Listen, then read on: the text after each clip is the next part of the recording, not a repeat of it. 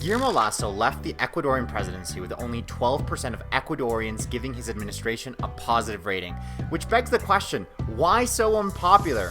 Well, in my view, Lasso was a leader with a great vision for Ecuador, but with little political acumen and an inability to execute his policies effectively. This is the story of a presidency where good intentions clashed with incompetency. Lasso came to the presidency with an extensive experience in the corporate world, having been the CEO of Ecuador's fourth largest bank. He aimed to revamp Ecuador's struggling economy, cut down the deficit, and open doors to global trade.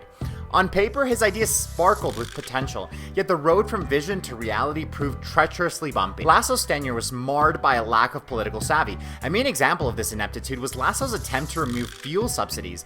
Aimed at economic stabilization, this policy proposal ignited fierce indigenous-led protests across the nation. The removal was seen as a blow to the common citizen already grappling with economic hardships.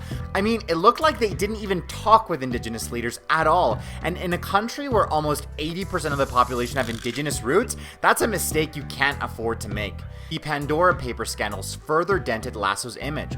His offshore dealings, though not illegal, raised eyebrows about his financial ethics. But the real blow came with the Encuentro case. Lasso's own brother-in-law was implicated in a large-scale corruption scheme related to falsified contracts in the energy sector. This not only tainted Lasso's anti-corruption stance, but also exposed a lack of internal oversight and due diligence within his inner circle.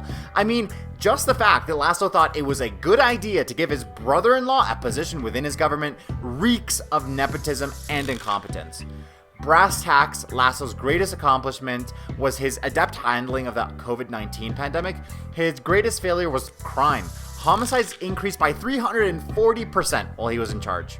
In sum, Lasso's presidency stands as a cautionary tale of how good ideas alone aren't enough. You also need political acumen, a deep understanding of one's country, and competent execution to transform visionary ideas into effective governance. In Lasso's case, his well-meaning economic policies were simply overshadowed by his misjudgments and the scandals that rocked his administration.